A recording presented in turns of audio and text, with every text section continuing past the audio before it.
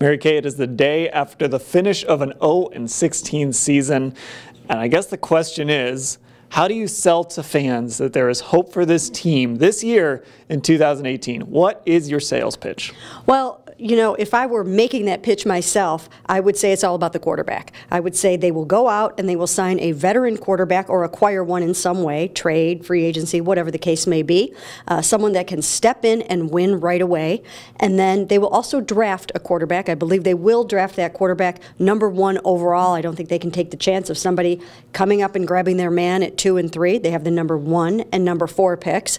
So I would say it's all about the quarterback. And the reason I say that is, look what Jimmy Garoppolo did when he went to San Francisco. 5-0 for the 49ers, and without him this year, they won 1 football game. Well, and look how Carson Wentz transformed Philadelphia. Look how Deshaun Watson transformed the Houston Texans. You can just see how important the quarterback has been. It's never been more obvious than this year. And that's kind of my selling point, too. You've got the #1 pick in the draft, and you have a GM who has a history of drafting playmakers. He drafted Travis Kelce. He drafted Kareem Hunt. He drafted Tyreek Hill, controversially, but even with Hill, they brought him in and put a structure around him that he could function in and be successful in. So you have a guy picking players with a history of picking playmakers who knows how to build a roster. Yeah, and you know what? The Browns have 12 picks in this draft. They've got 4 of those picks in the first 35.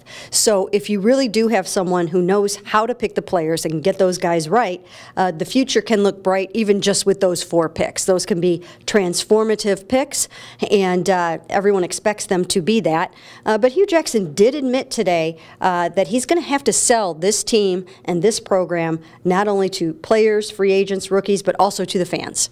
Well, and Hugh Jackson is kind of the catch here, too. He has a 1-31 record. You can't really hide from that. You can't run from that.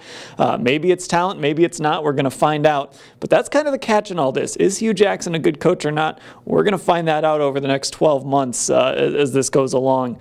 But kind of as usual, the selling point is the draft. The selling point is that cap space. Absolutely, and they have, you know, plenty of both. But I think that Jimmy Haslam, what he was trying to say in in firing Sashi Brown and hiring John Dorsey was, you know, we didn't get it right in the first 2 years with the amount of resources that they had. They had 24 picks, an unlimited amount of money, and they went 1-31. Now, again, some people want to point fingers in many different directions for that, but I think that what the Haslams are saying is, you know, we didn't have enough talent. And you know what? I still firmly believe, Dan, that if they had a good quarterback this year, that they would have won. They could have won 6 or 7 games. Yeah, there were certainly some opportunities out there, some very close games, and some opportunities where with a more consistent quarterback, maybe they come away with some wins. So the Browns have 2018 ahead of them. They're trying as quickly as possible to put 0-16 behind them, and we will have the Browns covered for you all year long. You know where, at cleveland.com/Browns.